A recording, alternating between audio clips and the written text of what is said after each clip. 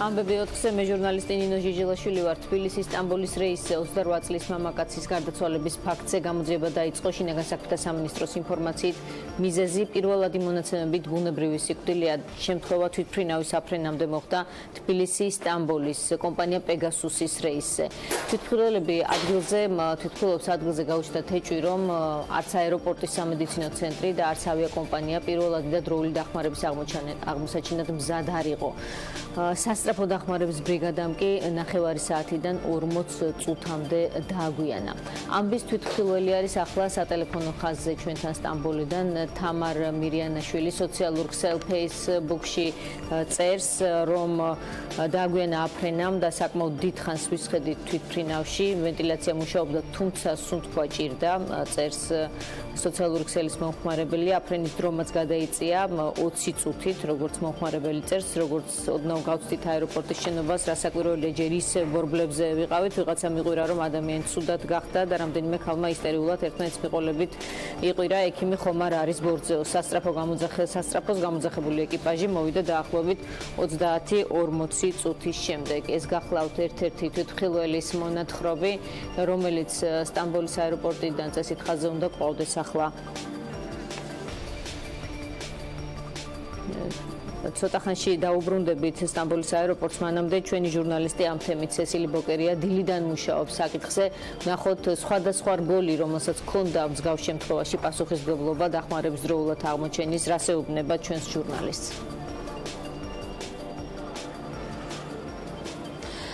დიახ, პეგასუსის თვითმფრინავში 29 წლის მამაკაცის გარდაცვალებასთან დაკავშირებით ჩვენ სულ რამოდენიმე წუთის წინ ვესაუბრეთ თბილისის აეროპორტის სამედიცინო ცენტრის წარმომადგენელს. ის აცხადებს, რომ მედიკოსები შემთხვევის ადგილზე მალევე გაჩნდნენ, ასევე ის ჩვენთან საუბრისას ამბობს, რომ ექიმებს ჰქონდათ შესაბამისი ეკიპირება და სამედიცინო ყუთები, თუმცა მას შემთხვევის ადგილზე მისვლის შემდგომ მამაკაცი გარდაცვლილი დახვდათ. რაც შეეხება ტავ ჯორჯიას წარმომადგენლის თქმით იმ გავრცელებულ ვერსიებზე, რაზეც დღეს თვითმხილველები საუბრობენ, ტავ ჯორჯიას წარმომადგენელი ჩვენთან საუბრისას წუთობრივად და ქრონოლოგიურად ყვება თუ რა დროს შევიდა თბილისის აეროპორტში პირველი შეტყობინება მამაკაცის ჯანმრთელობის მდგომარეობასთან დაკავშირებით და შემდგომ უკვე რა დროს მოხდა მედიკოსების ბორძე ასვლა და შემთხვევის ადგილზე. ტავ ჯორჯიას წარმომადგენელი თვით ეს ყველაფერი დაფიქსირებულია ვიდეო სათვალთვალო კამერებში, რომლებიც უკვე სამართალდამცველებს ამოღებული აქვთ.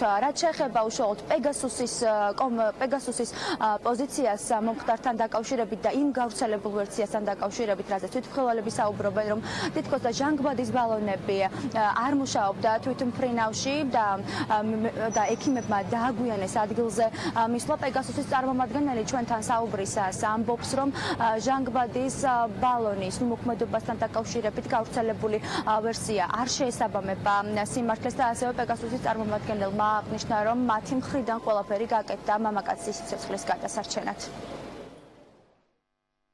საჰაერო ხომალდზე სამედიცინო ბრიგადა ავიდა 04:47-ზე იყვნენ ადგილზე. საჰაერო ხომალდზე შესვლისას შუა ნაწილში გასასვლელში ახალგაზრდა მამაკაცი იწოვგონა მდგომარეობაში იატაკზე. შეაფასეს მდგომარეობა, არ ისინჯებოდა არტერიული წნევა, პულსისაზირი არტერიაზე, სუნთქვა არ ტარდებოდა. შესაბამისად, ექიმებმა დაიწყეს გულფიტვის რეანიმაცია, ჩაატარეს დეფიბრილაცია. გულფიტვის რეანიმაცია გრძელდებოდა პროტოკოლით გათვალისწინებულ ვადებში და მიუხედავად ამისა, სამწუხარო ფაქტი დაფიქსირდა სიკვდილი. სამედიცინო პერსონალი ეკიპირებული იყო სრულად, აბსოლუტურად, ყველა აღჭურვილობით, რაც საჭირო იყო რეანიმაციული ღონისძიების ჩასატარებლად. დაიძრა თვითმფრინავი 4 საათსა და 45 წუთზე და ეს ყველაფერი კამერებით გადამოწმებული გვაქვს. 4 საათსა და 45 წუთზე, როგორც გადმოცემით ვიცით ჩვენ, რა თქმა უნდა, მგზავრი გახდა უკვე დაძვრის მერე, როცა თვითმფრინავი დაიძრა, მერე გახდა შეუძლოდ ცუდად და თვითმფრინავმა, რა თქმა უნდა, კაპიტანმა მიიღო გადაწყვეტილება, რომ უკან მოbrunებულიყო. ჩვენთან დაფიქსირდა, ანუ შეტყობინება, რომ მგზავრი იყო ცუდად 4 საათსა და 51 წუთზე. მაგრამ თვითმფრინავი ხიდს მოადგა 4 საათსა და 57 წუთზე. ჩვენი ექიმი, ჩვენ ექიმს ვამბობ, მაგრამ ეს არის ევექსის კლინიკა, რომელიც წარმოადგენს აქ სამედიცინო სამსახურს აეროპორტში, იყო 4 საათსა და 59 წუთზე უკვე თვითმფრინავში. ეს ნიშნავს, რომ 2 წუთში იყო ექიმი, რაც ხიდს მოადგა თვითმფრინავი, ამის შემდეგ 2 წუთში ექიმი იყო უკვე ბორცზე და სამწუხაროდ, როგორც მე ექიმი მეუბნება, უკვე მგზავრი იყო გარდაცვლილი. ანუ პულსი არ ესინჯებოდა. Სამწუხარო შემთხვევა მოხდა, ანუ დაიკეტა თუ არა კარი და დაიძრა ბორტი, მალევე შემოფრუდა უკან, იმიტომ რომ ნავამგზავრი გახდა ცუდად. ეკიპაჟმა და ასე ვთქვათ აეროპორტის ექიმებმა გამოიძახეს სასწრაფოც, მაგრამ დიდი მცდელობის მიუხედავად მაინც ვერ უშველეს მგზავრს. გული გაუჩერდა, ამბები იყვნენ და უშუალოდ შეეწყვნენ ამ ფაქტს, უკვე დაიკითხნენ. Გავსი ინფორმაცია არ გვაქვს ჩვენამდე არ მოსულა, რომ რაღაც პრობლემა იყო ესეთი ტიპის ან დაგვიანება, ბორტზე დროულად მოხდა რეაგირება იმ კუთხით, რომ რაღაც არსებული ანუ ვთქვათ, ექიმები ჯგუფი ვინც იყო აეროპორტში და შესაბამისად სასწრაფო დახმარების ეკიპაჟი მივიდა და შეძლეს რომ დახმარებოდა. მოდი ამ მიმდინარეობს და ამას ყველაფერს მე თვითონ მოგაწვდიან ინფორმაციას. რაც ეხება უშუალოდ შემთხვევას, დღეს გამთენის სავარაუდოდ 4 საათსა და 50 წუთზე მოხდა პეგასუსის თვითმფრინავის თბილისის და ამბორის რეისით. ფრენა უნდა განეხორციელებინა რა დროსაც 29 წლის საქართველოს მოქალაქე გახდა. შეუძლოდ მას სუნთქვის უკმარისობა დაეწყო, როგორც თვითმხილველები აცხადებენ, მამაკაცს სავარაუდოდ გული გაუჩერდა, თვითმხილველები და იქ მყოფები ამბობენ, რომ თვითმფრინავში არ იყო ჟანგბადის ბალონები, რომლებიც იმუშავებდა გამართულად და ასევე მედიკოსებმა და ექიმებმა ადგილზე მისვლა დააგვიანეს.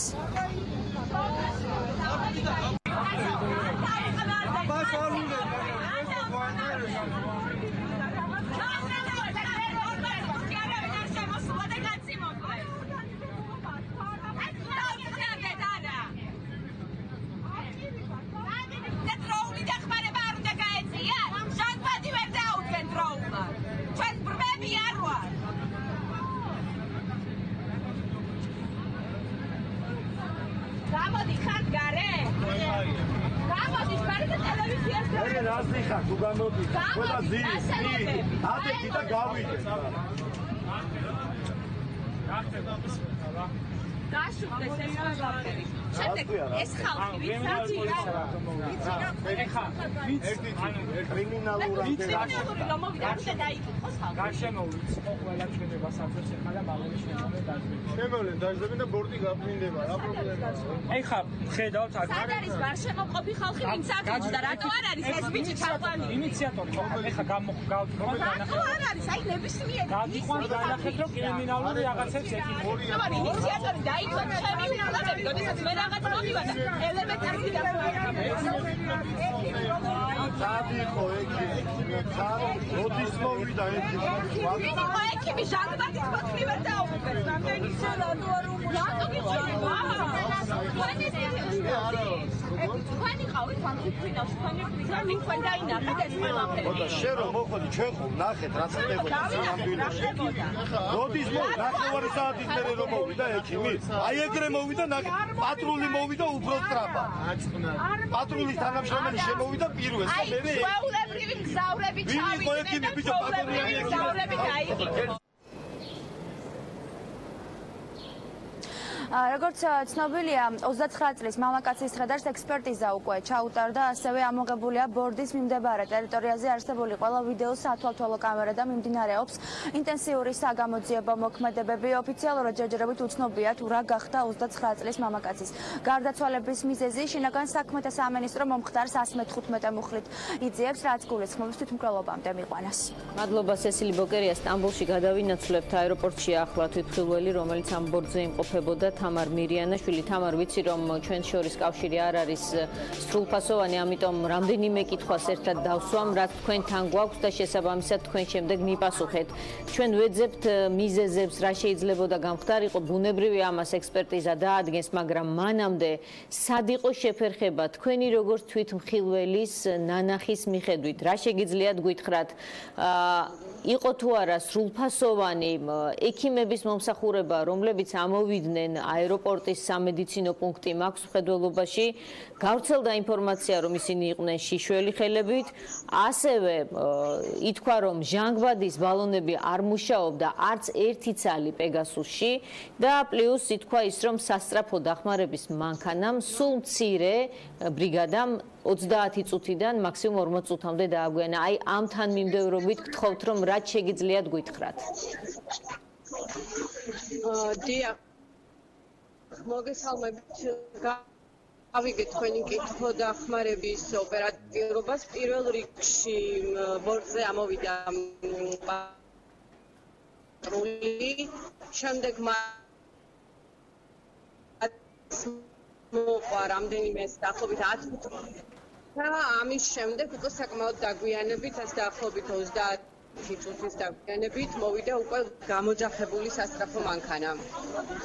მანამდე ვინც იყვნენ, ისინი ყველაფერს აკეთებდნენ, ცდილობდნენ სკამიდან, სავარძელიდან ააყენეს, ასე ვთქვათ, ძირს დააწვინეს და ყველანაირი პირველად დახმარების გაწევა ცდილობდნენ. რაც შეეხება ჟანგბადის ბალონებს, ეს იყო თავიდან, როცა პირველად დაფიქსირდა ადამიანის ცუდად ყოფნის ფაქტი და რაც ხელთ ჰქონდათ გამოიტანეს, იყვნენ ძალიან დაბნეულები, ძალიან შოკში, ამით უკვე რომ საქმე იყო ძალიან ცუდად, როგორც ჩანდა, თვითმფრინავის უკან დაბნების გადაწყვეტილება ძალიან სწრაფად მიიღეს, აეროპორტის შენობა თითქმის არ ვიყავით დაცილებული, როდესაც ეს ამბავი გავიგეთ და თვითმფრინავის საწყის ლოკაციას დაუბრუნდა. და ას დაახლოებით უკვე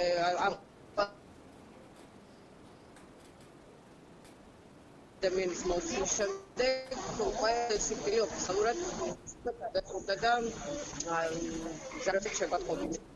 შემდეგ უკვე იყო ფორმალური პროცედურები და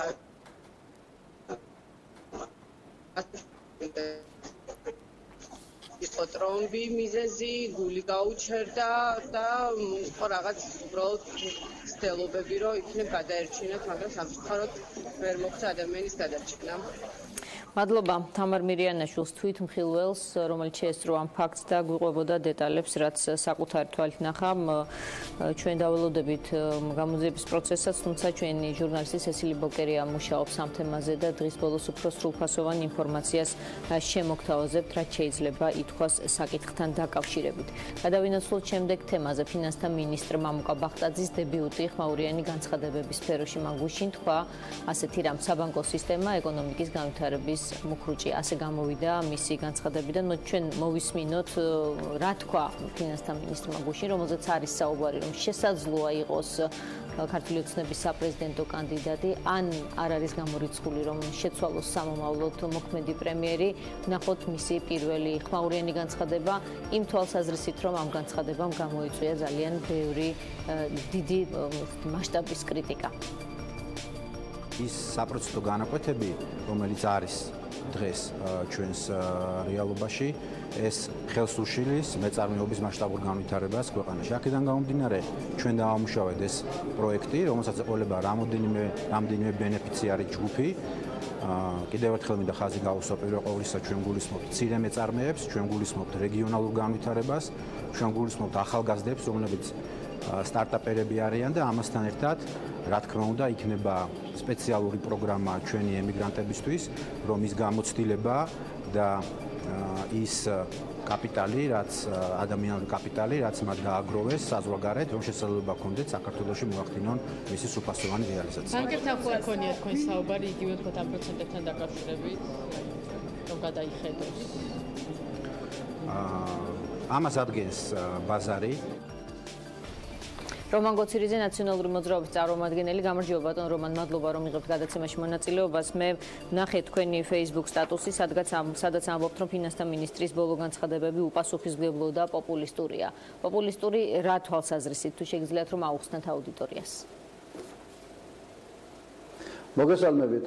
ჩვენად ფინანსთა მინისტრის ეს ვოიაჟი, სხვადასხვა შეხვედრები, რაღაც ასე ვთქვათ პრეზენტაციები არის უკიდურესად პოპულისტური, ეს არის ამავე დროს ცოტა არ იყო სასაცილოც, მაგალითად ერთი თუ ორი კვირის წინ დაანონსა, რომ საქართველოში ხდება რევოლუციური ცვლილებები და კანონპროექტს წარმოადგენენ და ვნახოთ ახლა რა რევოლუცია იქნება, თურმე ის რომ საგადასახადო დოკუმენტებში ნაცვლად 5-ისა უნდა წარადგინოს გადამხდელმა 1 და ეს მონათლული არის რევოლუცია და თურმე 5 წლის განმავლობაში ფიქრობდნენ იმას, რომ 5-ის ნაცვლად ერთი დოკუმენტი არის შესაძლებელი. გაეკეთებინათ აქამდე სად იყვნენ. და გარდა ამისა ძალიან ბევრი განცხადება, თუნდაც ახლა რასაც ჩვენ ვისმენთ, ეს იყო განცხადება იმის თაობაზე, რომ თურმე საქართველოს ფინანსთა სამინისტროს ბიუჯეტი 300 მილიონს რაღაც მრავალ ასეულ მილიონს დააფინანსებს ეგრეთ წოდებულ, ასე ვთქვათ, სასტარტო კაპიტალს.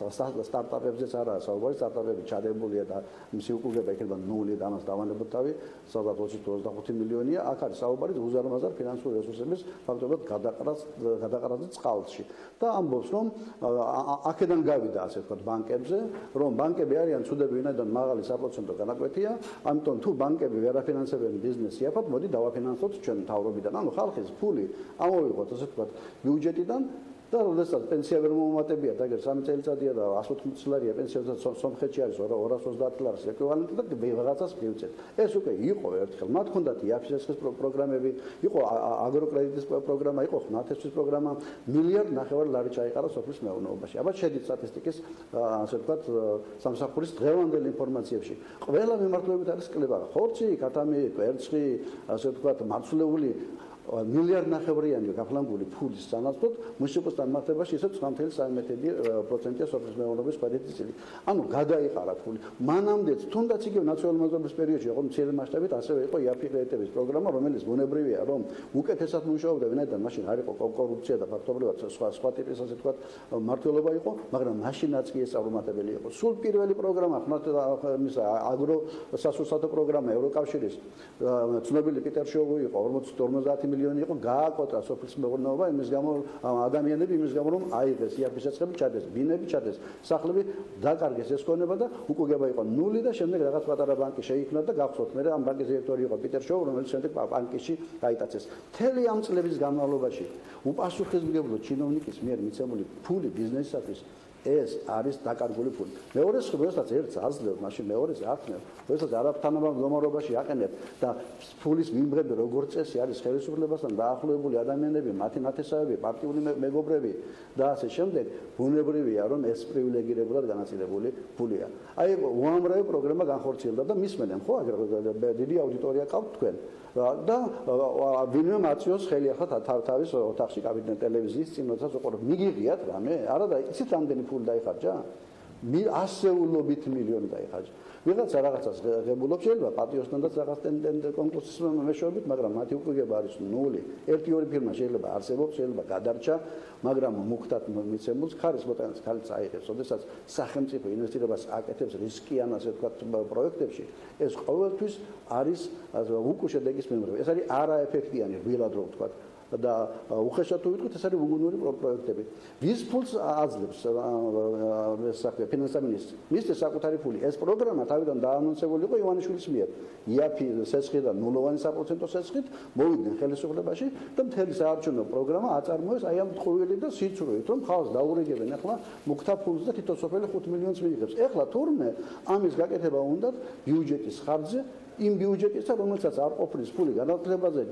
ჯანდაცვაზე თავდაცვაზე ისევ მეორე პენსიების გადიდებას აპირებენ 250 ლარით 2010 წელს ჯერ 20 ლარი მე 20 მე 10 ლარი ანუ იმ რაოდენობის პენსია რაც გასაგებია მოკლედ ესენი აპირებენ 2021 წლისთვის მადლობა რა შეიძლება მეორე ნაწილს დიახ მოკლედ თუ შეიძლება ბატონ რომან ექსპერტების გველიან ამ თემაზე დიახ ძალიან მოკეთ მინდა გითხრათ რომ როდესაც საბანკოს სფეროს კრიტიკა არის მაშინ ეს მონსტრი ვის შექმნა დიახ არის ძალიან მძიმე ვითარება იმიტომ რომ შეიქმნა ფაქტობრივად ისეთი სიტუაცია როდესაც ბანკები ეკუთვნის ხელისუფლებას არის ქართულ ბანკი ივანიშვილის არის პატრკაჩის ოჯახის ბანკი ლიბერტი ბანკი ახლა შეიძინა არის ვიტიბი ბანკი რომელიც სანქციონირებულია და რუსული ბანკია და ტიბისი ბანკი და საქართველოს ბანკი აგერ უფრო მეტად მონოპოლიზებული გახდნენ ვინაიდან ბანკი რესპუბლიკა სოციეტო ჟენერალი ყველაზე დიდი ინვესტორი საქართველოს ისტორიაში უცხოელი ფაქტობრივად გავიდა გამოვიდა ამ ბაზიდან და მიიერთა სხვა ბაზმა, სხვა ბანკმა და დღეს 95% თელსაბანკო აქტივისა და გაცემული სასწრაფისა მართავს 5 ბანკები. როდესაც არის მონოპოლია, ბუნებრივია ამ შემთხვევაში პროცენტები არის ძალიან მაღალი. პროცენტი მაღალი იმიტომ არის, რომ არ არის კონკურენცია და ხელისუფლების ბანკებია და ხელისუფლება ერევა პოლიტიკურად ბანკების საქმიანობაში და გარდა ამისა არ ვითარდება ეკონომიკა და არ არის სიახლე. მადლობა. ამიტომ როდესაც არ მოსწონს საბანკო სისტემა, ამ შემთხვევაში ვინ შექმნა ეს ასე ვთქვათ ურჩხული, რომელიც მათ არ მოწონს, საკუთარ თავში შეიხედონ. ეს არის ხელისუფლების პროდუქტი და ამით ფაქტობრივად საკუთარ ასე ვთქვათ ქმედების ლუსტრირებას ახდენენ. რომან გოცირიძე იყო ხაზზე, ჩვენ გადავდივართ ექსპერტებთან, მერაბ ჯანიაშვილი, საზოგადოებრივი მაუწყებლის ეკონომიკური ანალიტიკოსი, გიორგი კეპულაძე, საზოგადოება და ბანკების ერთ-ერთი დამფუძნებელი, გიორგი ცუცქირიძე, ვიცე-პრეზიდენტი, საქართველოს ბანკების ასოციაცია. გამარჯობა ბატონებო, მადლობა რომ ხართ ჩვენთან ეთერში. ახლა ჩვენ დაგვეწია 15 საათსა და 48 წუთზე გაკეთებული განცხადება მამუკა ბახტაძის გავს რაღაცნაირად ახსნის მცდელობას და განმარტების მცდელობას იმისას, რაც გუშინ ითქვა, საბანკო სექტორი არის ჩვენი ეკონომიკის ერთ-ერთი ყველაზე წარმატებული და მნიშვნელოვანი სექტორი, ამბობს ბახტაძე და ამბობს, რომ ნებისმიერი მექანიზმი, ფინანსური მექანიზმი, რაც შეიძლება შემუშავდეს, როგორც ხელშემწყობი მექანიზმი მცირე და საშუალო ბიზნესისთვის, სტარტაპებისთვის, ბუნებრივია უნდა მოხდეს ბანკებთან ერთად. მოდით გიორგი ცუცქირიძით დავიწყოთ ბანკების ასოციაციით, რას უკავშირებთ თქვენ ამას, ბატონო გიორგი, მაინტერესებს აი გუშინდელ განცხადებას და ახლა უკვე დღევანდელ მოცემულობას. ჩვენ ისიც ვნახეთ, რომ ტიბისი ბანკის და საქართველოს ბანკიც გამოეხმაურნენ აი ამ განცხადებას. მოგესალმებით. პირველ რიგში უნდა აღვნიშნო, რომ ეს რეფორმა, რომელიც დაანონსდა მთავრობის მიერ, არის ძალიან მნიშვნელოვანი ზოგადად ეკონომიკისთვის და პირველ რიგში მცირე ბიზნესის ხელშესაწყობად. რატომ? იმიტომ რომ მთავარი პრობლემა დღეს ჩვენ ეკონომიკაში რეალურად არის არა მსხვილი ბიზნესის დაფინანსება, არამედ დივერსიფიკაციის პრობლემა. როდესაც მსხვილი ბიზნესი მონაწილეობს ეკონომიკის ზრდაში 80%-ში და საშუალო ევროპული მაჩვენებელი პირიქით არის, როცა მცირე და საშუალო ბიზნესის წილი არის 65% და მეტი, აი ეს დისპროპორცია არის შესაძლებელი და ამისთვის გეთდება ეს რეფორმა. მეორე უნდა აღვნიშნო, რომ ეს არის მეორე ტალღა რეალურად, პირველი იყო თქვენ მოგეხსენებათ აწარმოება საქართველოში, რომელიც დაიწყო 3 წლის წინ. ესეც და ეს რეფორმაც მოხდება საბანკო სექტორის აქტიური ჩართულობით. ამას ხაზს ვუწევთ, თუნდაც აწარმოება საქართველოს პროგრამა ჩვენ გახსოვთ იყო გარკვეული სკეპტიციზმი, გარკვეული ექსპერტები უყურებდნენ, რომ მაინც უფრო ნეგატიურად რეალური შედეგები სხვა არის. 330-მდე არის პროექტი დაფინანსებული, შექმნილი 100 მნიშვნელოვანია 13,000 სამუშაო ადგილი და საბანკო სექტორმა აი ამ პროექტებში თანამონაწილეობისას გასცა 400 მილიონ ლარზე მეტი სესხი. ეს ამას ხაზს რომ უსვამ ანალოგიურად მოხდება ეს პროგრამაც, აქ ხაზი ესმება საბანკო სექტორზე და მაღალ პროცენტებს ამასაც შევეხები მოკლედ, მაგრამ ამას გავუსვავ ხაზს რომ ორშაბათს მზადდება ფინანსთა მინისტრთან საბანკო სექტორის შეხვედრა გაფართოებული, სადაც ჩვენ უკვე დეტალურად ვისაუბრებთ ამ პროგრამის დეტალებზე. ბანკების მონაწილეობაზე და სხვა ნებისმიერ ნიუანსს. თუმცა, როდესაც ფინანსთა მინისტრი ამბობს, რომ საბანკო სექტორი ამოხრუჭებს პროცესს, თქვენ პრინციპში თუ არ ვწდები საბანკო სექტორს წარმოადგენთ, მაინტერესებს ამ პერსპექტივიდან რამდენად სწორი განცხადებაა ეს? გასაგებია, მაგრამ კიდევ ერთხელ რას ვუწევ, რომ ზოგადად როცა აქ საუბარია ხოლმე მაღალ საპროცენტო განაკვეთზე და ხდება ფინანსთა მინისტრის სიტყვების ციტირება, რომ საბანკო სექტორი გარკვეულწილად ამოხრუჭებს არ აფინანსებს ბიზნესს, აქ სხვა გაგებით არის და სხვა კონტექსტშია და აგიხსენს რას არის. სტარტაპი ზოგადად, ანუ დამწყები ბიზნესის დაფინანსება, ყველგან ატარებს ძალიან მაღალ რისკებს. შესაბამისად, საბანკო საკრედიტო პორტფელში, აქ ხაზს ვუწევ კომერციულ ბანკებზეა საუბარი, როგორც საქართველოშიც ევროპაში. ხდება სტარტაპების დაფინანსება, მაგრამ არა დიდი მასშტაბით. შედარებით როცა ხდება ხოლმე ხელშეწყობა სტარტაპების, ანუ მცირე ბიზნესის პროგრამებში ხორციელდება და ყველგან ხდება სახელმწიფო პროგრამების ჩართულობით. ეს იყო ამერიკის შეერთებულ შტატებში, ესე იყო ევროპის მრავალ ქვეყანაში და ანალოგიური მოდელი განხორციელდება ჩვენთანაც. მოკლედ რო აქვსნა, კომერციული სესხი ყველგან ძვირია სტარტაპისთვის. მაგალითად, ყველგან სტარტაპი როცა ხდება ეს სახელმწიფო პროგრამების ჩართულობა, ამ რისკების ნიველირება ხდება და მიტიგაცია. რეალურად ეს სესხები გაიცემა ნულოვანი საპროცენტო განაკვეთი. იმ ქვეყნებშიც კი, სადაც არის საბაზრო განაკვეთი, მაგალითად 3%, 4%, იქაც ანალოგიური მოდელები გამოიყენება. კიდევ ერთი საკითხზე მინდა ვისაუბრო, რომელიც ასევე დაკავშირებული არის თვითონ ბანკებთან, რომ ჩვენი ბანკები არ აფინანსებენ ზოგადად ეკონომიკას და სტარტაპებს. მე უნდა გითხრათ, რომ მარტო ბოლო 2 წელიწადში სპეციალური პროგრამები არის საქართველოს ბანკში და ტიბისი ბანკში, ასევე რამდენიმე ბანკში, და დაახლოებით 70 მილიონი სტარტაპია დაფინანსებული. ამას ხაზს უწვამ, რომ საკრედიტო პორტფელში არც ერთ ქვეყანაში კომერციულ ბანკებს არ აქვს რაღაცა მნიშვნელოვანი წილი სტარტაპებს. ანუ რატომ აქვს მაშინ ფინანსთა მინისტრს ესეთი შეხედულება, რომ ბანკები აფერხებენ პროცესს, აქ ჩნდება ეს შეკითხვა, თუ კი ამდენი დაფინანსებული სტარტაპერი ხავს უკვე ანგარიში. ზუსტად მაგაზია საუბარი, რომ რეალურად ჩვენ დღეს უნდა ვისაუბროთ არა იმ მომენტზე, რომ ჩვენთან მაღალია თუ არა პროცენტი. მე უბრალოდ მეცაც გეტყვით, 2015 წელს ჩვენთან საპროცენტო განაკვეთის საშუალო საბაზრო იყო 15%. 2012 ხაზს უცვამ. 2013-14 წლებში, როცა იყო შედარებით უკეთესი უკვე გაუმჯობესდა პოლიტიკური კონიუნქტურა, იყო უკეთესი ეკონომიკური კონიუნქტურა, კლება იწყო საპროცენტო განაკვეთებმა მნიშვნელოვნად და დაეცა 10%-ის ქვევითაც კი. ამ დროს KPMG თქვენ იცით, არის ძალიან ცნობილი აუდიტორული კომპანია, ჩაატარა კვლევა ეროვნული ბანკის დაკვეთით. აქ კვლევაში შედიოდა საქართველოს რეგიონის ქვეყნები და აღმოსავლეთ ევროპის ქვეყნებში. აი, მაჩვენებლით მაშინ დაახლოებით 2014 წლის ბოლოს 9.7%-იც კი იყო საშუალო განაკვეთი. საქართველოს აღმოჩნდა საპროცენტო განაკვეთების მხრივ რეგიონში ერთ-ერთი ყველაზე წამყვანი ქვეყანა, ყველაზე დაბალი მაჩვენებლებით. აქ საუბარია ყაზახეთის კი შედიოდა და აღმოსავლეთ ევროპის რამდენიმე ქვეყანა. მართალია ჩვენთან პოლონეთთან შედარებით უფრო ნაკლები პროცენტი იყო, შედარებაც იყო მოტანილი, მაგრამ ეს მოხდა. ეხლა რატო უსვამ ხაზს? შემდეგ წლებში 2015, 16 და 17 წლებში შესაბამისად ეკონომიკური კონიუნქტურა იყო გავარესებული. გლობალური შოკები, ლარის გაუფასურება, მისი ზეგავლენა ეკონომიკაზე, აი ამან გამოიწვია, რომ საპროცენტო განაკვეთების შემდეგი კლება შემცირდა შედარებით და დღეს არის დაახლოებით 11.5.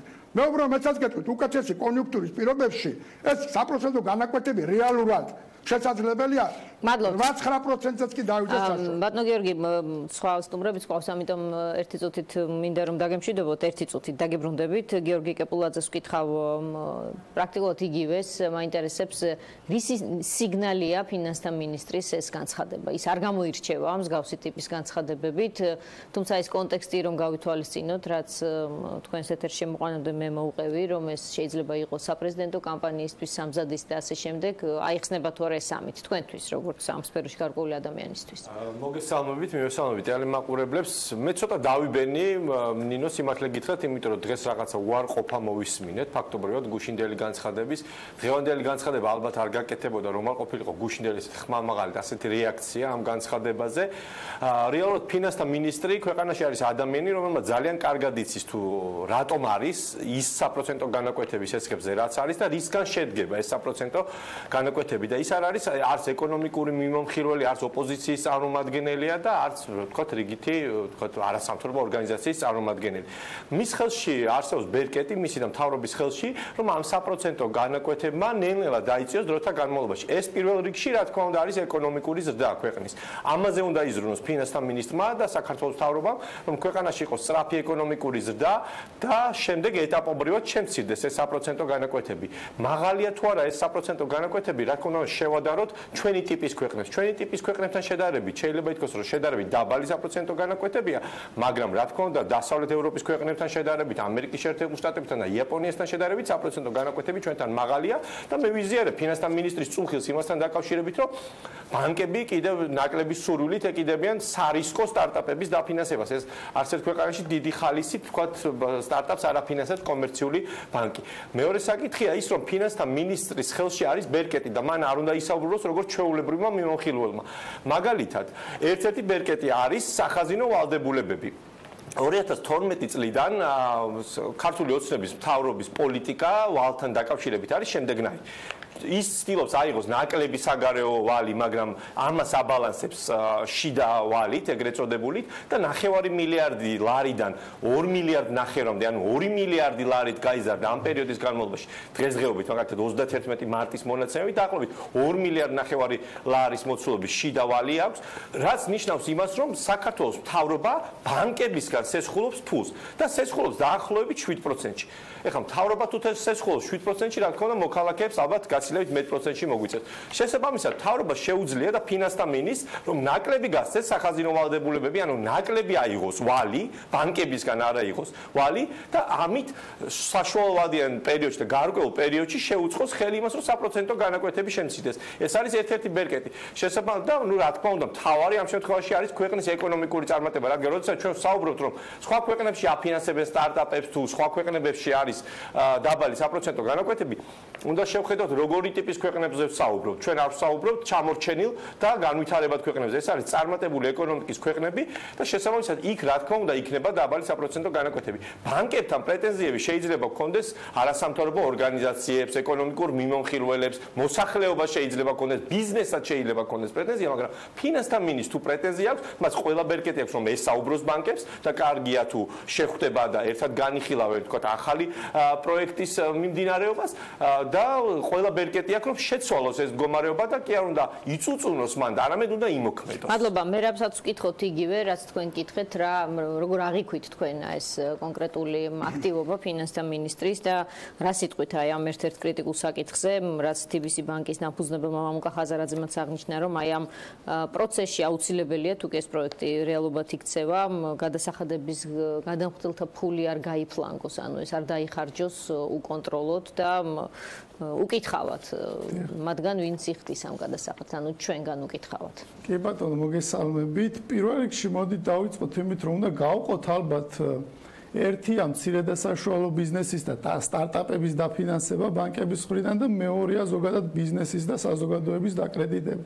ანუ როდესაც საუბარია რომ საბანკო სფერო ამუხრუჭებს ეკონომიკის განვითარებას, არ გვგონი საუბარია მთლიანად ეკონომიკის განვითარებას და არ არის საუბარი მხოლოდ მცირე და საშუალო ბიზნესის და სტარტაპების დაფინანსებაზე. იმიტომ რომ სტარტაპების დაფინანსება არც ერთ ქვეყანაში მართლა არ ხდება და რაც შეეხება მცირე და საშუალო ბიზნესის განვითარებას, ყველა ქვეყანაში სახელმწიფო ეხმარება ბიუჯეტის ფული იქნება ეს თუ სხვა სახელმწიფო ორგანიზაციების ფულით ამ სექტორის განვითარებას. დღეისათვის მცირე და საშუალო ბიზნესისთვის ფაქტობრივად შეუძლებელია სესხის აღება ბანკებში. ამას მოწმობს საერთაშორისო რეიტინგებიც. აი წარმოიდგინეთ ახლა საბანკო სექტორი ერთის მხრივ ჩვენ ვასახელებთ ყველაზე წარმატებულ სექტორად საქართველოში და მეორეს მხრივ გვაქვს გლობალური კონკურენტუნარიობის ინდექსში ბიზნესის განვითარების მთავარ პრობლემად სახელდება ფინანსებზე ხელმიუწვდომლობა.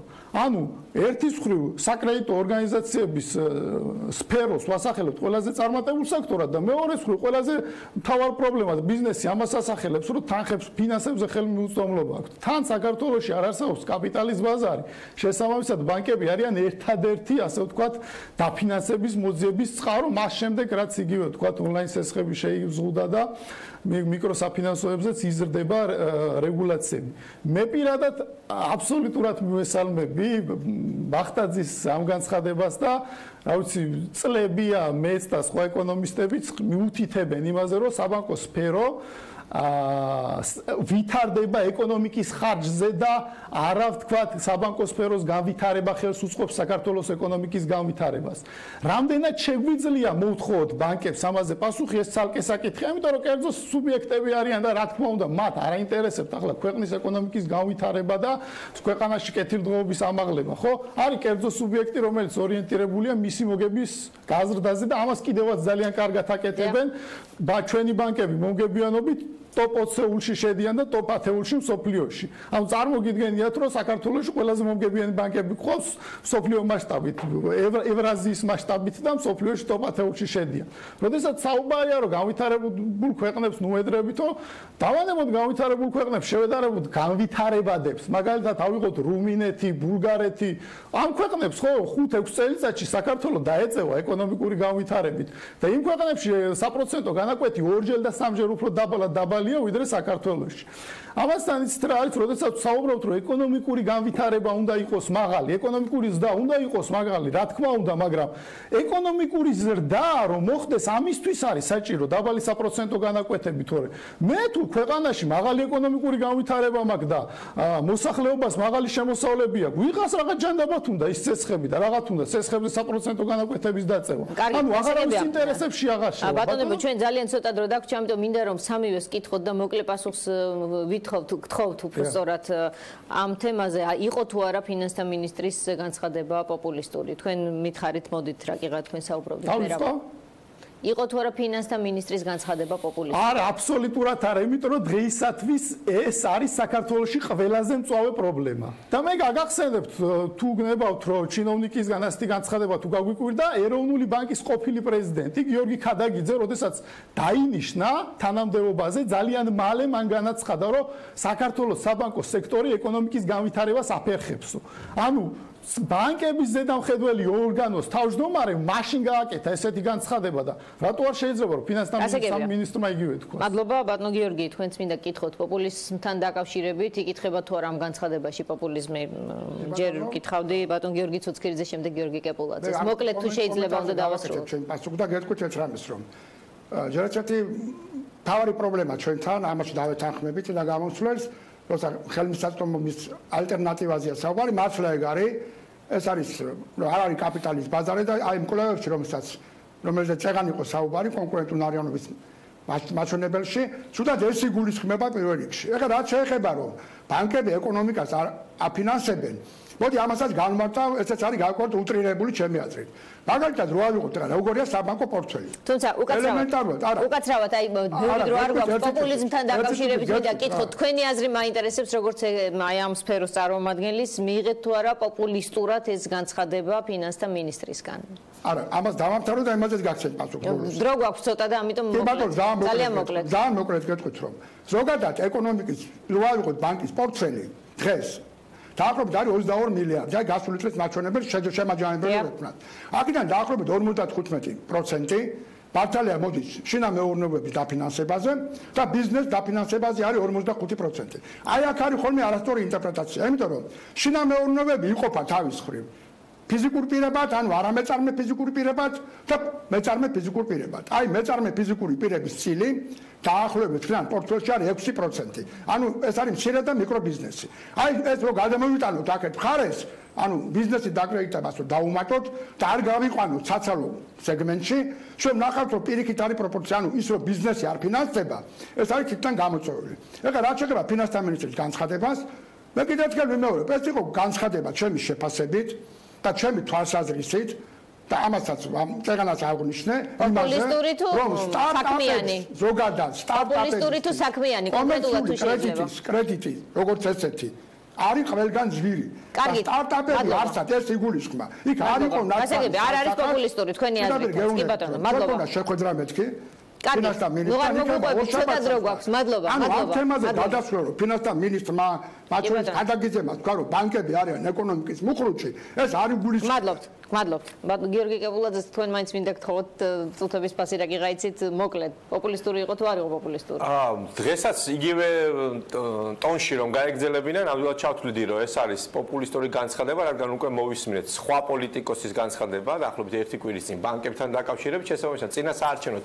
ბიზნესზე შეტევა და ბანკებზე შეტევა შეიძლება ითქვას რომ მოდაშია და არ არის გამორიცხული რომ პოლიტიკოსებმა პოპულისტური განცხადებები გააკეთონ თუმცა მე რამდენადაც ხვდები ეს იყო ან წამოცდენა ან რაღაც აირია და მას უბრალოდ უნდა თავის წუხილები გამოეთქვა და კიდევ ერთი როდესაც ვსაუბრობთ იმაზე რომ ბანკები ვითარდებიან მხოლოდ არ ვითარდება ქვეყნის ეკონომიკა და ბანკებს არ სურთ ქვეყნის ეკონომიკის განვითარება მე მგონია რომ ეს არის აბსურდი რადგან წარმოუდგენელია რომ ბანკები გაიზარდონ და განვითარდნენ ისე თუ არ განვითარდება ქვეყანა და არ გამდიდრდებიან მისი მოქალაქეები მადლობა ჩემს სტუმრებს იმისთვის რომ იყვნენ ეთერში და ეკონომიკა არ იზრდება ბანკების მოგების ზრდა რამდენჯერმე აღემატება ეკონომიკის ზრდის ტემპს მადლობა ეს სხვა თემა პრინციპში ძალიან მნიშვნელოვანი საზოგადოებისთვის ჩვენ გვყავს სპეციალური ჯგუფი აქ ბიზნეს მედია ჯგუფი რომელიც ამ თემებს ძალიან ხშირად მსჯელობს და მათ დავუთმობ უფრო მეც იღმეებს ამ თემას სასაუბრო დაბრუნდებით რეკლამის შემდეგ საინტერესო თემით ოპოზიციის წარმომადგენლებს უკვე აქვთ თავისი მკაფიო გზავნილი მოქმედი პრეზიდენტისთვის რომ ის იყოს სამომავლოდ მათი საერთო კანდიდატი ვნახოთ ერთ-ერთი ოპოზიციური წარმომადგენელი ოპოზიციური პარტიის მოსაზრება ამასთან დაკავშირებით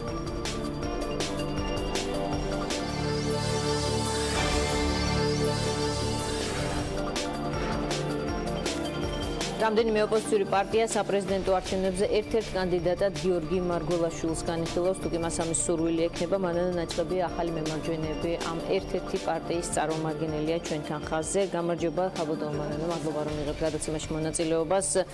რომელ პარტიებს გაქვთ კონსულტაციები ამასთან დაკავშირებით, თუ შეიძლება რომ გაგვიზიაროთ და ეს მხოლოდ თქვენ შორის კონსულტაციებია თუ თქვენთვის სასურველ კანდიდატებთანაც, მათ შორის მოქმედ პრეზიდენტთან?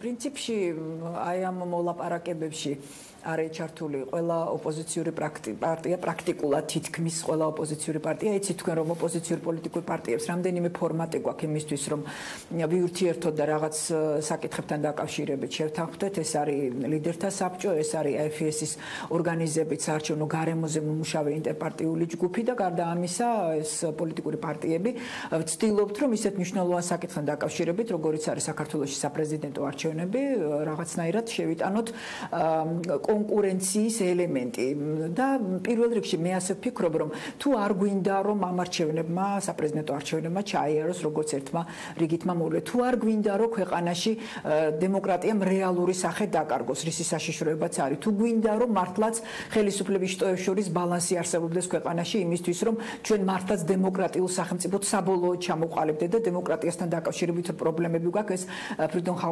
Freedom House-ის ბოლო იმანაც აჩვენა ხო კვლევებმაც. მაშინ უნდა მივახციოთ იმას, რომ ეს არჩევნები იყოს კონკურენტული და ქართული ოცნების კანდიდატს ღირსეული კონკურენცია გაუწიოს ოპოზიციური პარტიების საერთო კანდიდატმა. რატომ საერთო კანდიდატმა და რატო არა ცალ-ცალკე კანდიდატმა? ჩვენ ხედავთ, რომ საარჩევნო გარემო თავის კანონმდებლობით დაწყებული საარჩევნო ადმინისტრაციაში არსებული განლაგებით არის ის მოცემულობა, რომელიც პრაქტიკულად არათანაბარ პირობებში აყენებს ოპოზიციის და სახელისუფლებო კანდიდატს. ამიტომ ამ შემთხვევაში ცალ-ცალკე კანდიდატებით გასვლა, მე მგონი წამგებიანი იქნება ოპოზიციისთვის და ზოგადად ხაზი მინდა გაუსვა 2018 წლის საპრეზიდენტო არჩევნების მნიშვნელობას. ჩვენ დღეს გვაქვს მოცემულობა, როდესაც პრაქტიკულად ყველა სახელისუფლებო შტო არის მართველი პოლიტიკური ძალის ქართული ოცნების ხელში. საპარლამენტოში საკონსტიტუციო უმრავლესობა აქვთ, ხაზგასმით აღნიშნავს საკონსტიტუციო და მათ არავინ არ უშლის ხელს გადაწყვეტილებების მიღებაში, აღმასრულებელი თავისთავად მათია სასამართლო ხელისუფლება. იცით, მე მგონი სადავოც არ არის რომ თავიდან ბოლომდე ხელისუფლების გავლენის ქვეშ არის მურუსიძის ფაქტი კმარა მხოლოდ იმისთვის რომ ვივარაუდოთ როგორი სასამართლო გვაქვს დღეს საქართველოში და საპრეზიდენტო შტო ერთადერთი დამაბალანსებელი მიუხედავად იმისა რომ დღეს რა ფუნქციებიც აქვს ის ფუნქციებიც არ უნარჩუნდება მომავალში პრეზიდენტს მიუხედავად ამისა ეს არის ერთადერთი შტო რომელიც რეალურად დემოკრატიას უნარჩუნებს სახეს ჩვენს ქვეყანაში ამიტომ ჩვენ არ გვინდა ეს დაიკარგოს ეს არის ის საფუძველი რომელშიც შემდეგში თანდათანობით უნდა გაძლიერდეს დემოკრატიული ინსტიტუტები ქვეყანაში ამიტომ მიგვაჩნია აუცილებლად და საჭირო 2018 წლის საპრეზიდენტო არჩევნებში ერთიან კანდიდატზე შეთანხმება. მაინტერესებს რამდენად პერსპექტიულად გეჩვენებათ და ფიქრობთ რომ შესაძლოა რეალური იყოს პერსპექტივა რომ გაიმარჯვოს კანდიდატმა საპრეზიდენტო არჩევნებში რომელსაც არ ექნება ქართული ოცნების და მის უკან დგომი ყოფილი პრემიერის მხარდაჭერა. იცით რომ არ მიმაჩნდეს რომ შეიძლება კონკურენციის გაწევა რა თქმა უნდა საერთოდ არ წამოვწევდით ამ თემას და არ ვისაუბრებდით ამ თემაზე გარდა ამისა ბრძოლას ყოველთვის აქვს აზრი ეს ჭირდება ქვეყანას როგორც გითხარით ეს ჭირდება ქვეყანაში დემოკრატიის განვითარებას ამიტომ თუ მოხერხდება რომ ყავდეს კანდიდატი ზეპარტიული ასე ვთქვათ უпростоრად კანდიდატი რომელიც არ იქნება არც ერთი პოლიტიკური პარტიის კუთვნილება მაშინ შესაძლებელია რომ ამ კანდიდატმა კონკურენცია და იქნება რა თქმა უნდა მხარდაჭერილი ოპოზიციური პარტიების უმრავლესობის მხრიდან. სრული კონსენსუსის მიღწევა შეუძლებელია ნინო წარმოუდგენელია ეს ძალიან იშვიათად ან საერთოდ არ მომხდარა ქართულ სინამდვილეში ყველა პოლიტიკური ძალა ერთად არ დადგება რა თქმა უნდა მაგრამ ჩვენ უნდა მივახციოთ მაქსიმალურ კონსენსუსს საპრეზიდენტო კანდიდატთან დაკავშირებით. იმედით ვუყურებ ამ პროცესს. როგორ რეაგირებს ობიექტი თქვენთვის სასურველი ობიექტი გიორგი მარგველაშვილი აი ამ თქვენს სურვილებზე? ჩვენ ჯერ ოფიციალური შეთავაზება, რა თქმა უნდა, არ ქონია გიორგი მარგველაშვილისთვის. გიორგი მარგველაშვილის კანდიდატურა ოპოზიციურ პოლიტიკურ პარტიებს ერთ-ერთ სავარაუდო და ერთ-ერთ ყველაზე, როგორ გითხრათ, მომგებიან კანდიდატად მიგვაჩნია. ამას აქვს რამდენიმე მიზეზი. გიორგი მარგველაშვილს ეს პირადად ჩემი მოსაზრებაა და მსმენია კიდევაც ასეთი მოსაზრება ექსპერტებისგანაც, შეეძლო სრულიად უზრუნველად გაეტარებინა თავისი ეს პრეზიდენტობის 4 წელი და მეტი შანსი ქონოდა პრეზიდენტობისა, იმიტომ რომ იქნებოდა კვლავ ქართული ოცნების კანდიდატი, თუმცა მიუხედავად ამისა, ამ ადამიანმა გამოამჟღავნა რაღაც პრინციპების ერთგულება, გამოამჟღავნა დემოკრატიის ღრმა და საფუძვლიანი ცოდნა, იმიტომ რომ დემოკრატია ხელისუფლების შტოებს შორის ბალანსის გარეშე წარმოუდგენელია და დაიკავა ის პოზიცია, რომელიც მას დღეს აქვს, ის მოგვევლინა და მან საქართველოს პრეზიდენტის სახელისუფლებო შტო აქცია დამოუკიდებელ შტოდ და როდესაც ჩვენ საუბრობთ აი შეფასებებზე, რომელიც ახლახანს გამოქვეყნდა, ეს შეფასებები სწორედ აი ასეთი მიდგომებისგან იქმნება, ხო? ოპოზიციური პარტიების, სამოქალაქო სექტორის, პრეზიდენტის, საერთაშორისო და სადამკვირვებლო ორგანიზაციების, ასე ვთქვათ, ხედვებმა განაპირობა ის შეფასება, რომელიც ქართულმა დემოკრატიამ და ქართული ოცნების მიერ შექმნილმა სახელმწიფომ დაიმსახურა. ეს არის ძალიან მნიშვნელოვანი. მე ვერ გეტყვით, რომ გიორგი მარგველაშვილისგან ჩვენ დღეს მზადყოფნას ვხედავთ, პირიქით, მისგან ჩვენ გვესმის სხვადასხვა ტიპის ინტერვიუებიდან, რომ ის ჯერ არ არის ჩამოყალიბებული, აპირებს თუ არა საერთოდ მონაწილეობა მიიღოს საპრეზიდენტო არჩევნებში, მით უმეტეს არ არის მზად პასუხისთვის, სურს თუ არა მას იყოს გარკვეული ნაწილის ოპოზიციური პარტიების ძირითადი სპექტრის კანდიდატი, მაგრამ მიუხედავად ამისა, მე ვფიქრობ, რომ ის ფრაზა, რომელიც მან ერთ-ერთ ინტერვიუში თქვა, რომ თუ საჭირო იქნება, ის დათანხმდება ასეთ შემთხვევაში საპრეზიდენტო არჩევნებში მონაწილეობას, რაღაცნაირად არის მიმანიშნებელი, ფიქრობს ამაზე. თქვენ მოგიწევთ, რომ ის დაარწმუნოთ ამის საჭიროებაში, როგორც ჩანს. რა თქმა უნდა, ბუნებრივია. თავადაც ეცდება ალბათ, რომ დარწმუნდეს და პირველ რიგში იცით რა არის, მე მინდა ამის საჭიროებაში და ამ არჩევნების მნიშვნელობაში დავარწმუნო პოლიტიკურ სპექტრს არ ჭირდება დარწმუნება, მათ ძალიან კარგად იციან ჩვენი მოსახლეობა, იმიტომ რომ გარკვეულწილად ნიჰილისტური დამოკიდებულებაა საპრეზიდენტო არჩევნების მიმართ, ყველა მიცის, რომ მომავალში პირდაპირ წესით არ უნდა იყოს არჩეული, ასეა ცვლილება შეტანილი, მაგრამ თუ ჩვენ გვინდა, რომ ყავდეს კვლავ ხელისუფლების დამოუკიდებელი შტოს სახით პრეზიდენტი, თუ ჩვენ გვინდა, რომ ზოგადად დავიტოვოთ შანსი იმისა, რომ საპრეზიდენტო არჩევნები მომავალში კვლავ პირდაპირ წესით ჩატარდეს, ეს ნაბიჯები უნდა დაიწყოს. ნაჭყებია ახალი მემარჯვენეების წარმომადგენელს. მადლობ პირიქით. ეს გახდათ ამბები 4-ზე, ჩვენ ერთმანეთს ვხვდებით უკვე 8-ზე პროექტში პირველები ვახოსანაესთან და ლევან ჩხაიძესთან ერთად წინ კი ახლა გელით ახალი ამბები ცოტა დაგვიანებით.